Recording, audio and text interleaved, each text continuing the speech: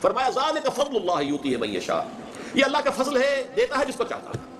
واللہ ذو الفضل العظیم، اللہ بہت بڑے فضل کا مالک ہے، اس کے خزانہ فضل میں کمی نہیں ہے، اس کے تو اتھاہ خزانے ہیں بے کنار، وہ جس کو چاہے دیتا ہے۔ ایک بہت بڑا فضل ہے جو اب دیکھیے اس فضل کی ترتیب نوٹ کر لیجیے۔ سب سے بڑا فضل، سب سے بڑا فضل، سب سے بڑا فضل محمد رسول اللہ صلی اللہ علیہ وسلم پر ہوا۔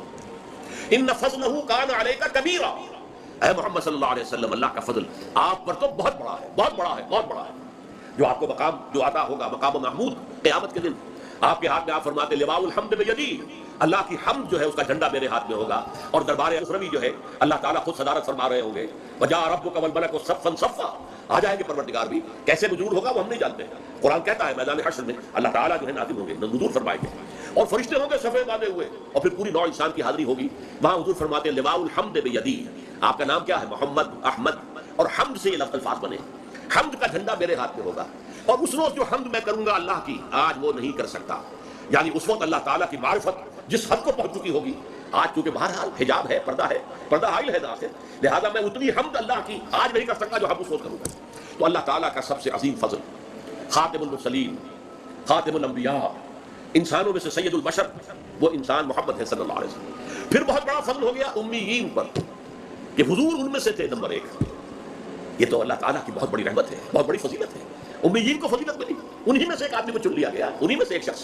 اب ظاہر بات ہے کسی کا وہ بھتیجا تھا، کسی کا وہ پوتا تھا، آپ کو معلوم ہے عبد المطلب کے پوتے تھے نا آخر حضور، آپ کے والد آپ سے کی ولادت سے پہلے انتقال کر گیا، لیکن ابن عبداللہ تھے نا، حضرت خدیجہ کے شوہر تھے نا، ابو طالب کے بھتیجے تھے نا، عباس کے بھتیجے تھے نا، تو انہی میں سے فرام دیئر اون کتھ اینڈ کن ہم نے نازل کیا۔ تو معلوم یہ ہوا کہ بہت بڑی فضیلت کا مقام جو ہے وہ عربوں کو حاصل ہو گیا، بنو اسماعیل کو۔ یہی وجہ ہے کہ سب سے بڑے عذاب کے مستحق بھی وہی ہوں گے جن کے رتبے ہیں سوا، ان کی سوا مشکل ہے، جن کا مقام بلند ہوتا ہے۔ سورہ احزاب میں فرمایا گیا یا نساء النبی لستن کاحد من النساء، اے نبی کی بیویوں تم عام عورتوں کے مانند نہیں ہو، اگر تم میں سے کسی نے کوئی غلط حرکت کی تو سزا تو نہیں ملے گی عام لوگوں کی نسبت۔ جب تمہیں اللہ نے یہ کچھ دیا ہے، محمد کے گھروں میں آباد کیا ہے، تو تمہارا مقام تو بہت بلند ہونا چاہیے، تمہیں تو امت کی تمام خواتین کے لیے اسوہ بننا ہے، نمونہ بننا ہے۔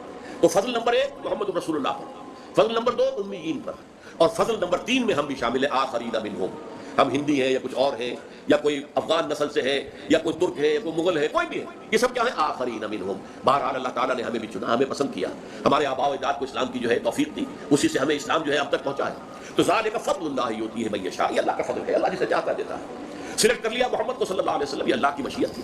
سلیکٹ کر لیا امیین کو کہ ان میں سے نیوکلیس بنانا ہے امت محمد کے لیے، یہ اللہ تعالیٰ کا فضل تھا۔ اور ہم میں سے بھی جس کسی کو بھی اللہ نے قبول کیا، ہمارے آباء و اجداد کو، وہ بھی فضل میں شامل ہو گئے۔ ذالک فضل اللہ یؤتیہ من یشاء واللہ ذو الفضل العظیم، اللہ تعالیٰ تو بہت بڑے فضل والا ہے، اس کے فضل کے جو خزانے ہیں وہ عطا ہے۔ دیکھیے فضل اس چیز کو کہتے ہیں جو بلا استحقاق ملے، اجر یا اجرت وہ ہے جو آپ محنت سے حاصل کرتے ہیں، وہ اجر ہے، اجرت ہے، اردو میں ہم اجرت بولتے ہیں، اجر ہے۔ لیکن فضل جو بلا استحقاق ہے، آپ نے ایک مزدور کو ہائر کیا، 8 گھنٹے کام کرنا ہے، 100 روپے مزدوری تھی، شام کو آپ نے 100 روپے دے دیے، وہ 101 ڈیمانڈ نہیں کر سکتا۔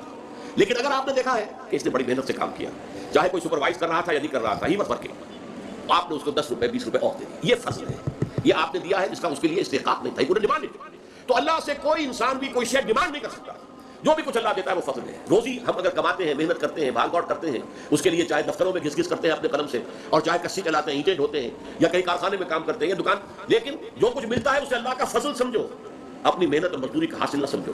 لہذا سورہ جمعہ کے اندر آ جائے گی وہ آیت فَإِذَا قُضِيَتِ الصَّلَاةُ فَانتَشِرُوا فِي الْأَرْضِ وَابْتَغُوا مِن فَضْلِ اللَّهِ، جب نماز جمعہ ادا ہو چکے تو آپ تم پھیل سکتے ہو، جاؤ اپنے اپنے کام پر، جاب پر، اپنی محنت پر، دکان پر، ریڑھی پر، جس پر بھی جاؤ محنت کرو، اللہ کا فضل تلاش کرو، تو جو کچھ ملے گا وہ اللہ کا فضل ہے۔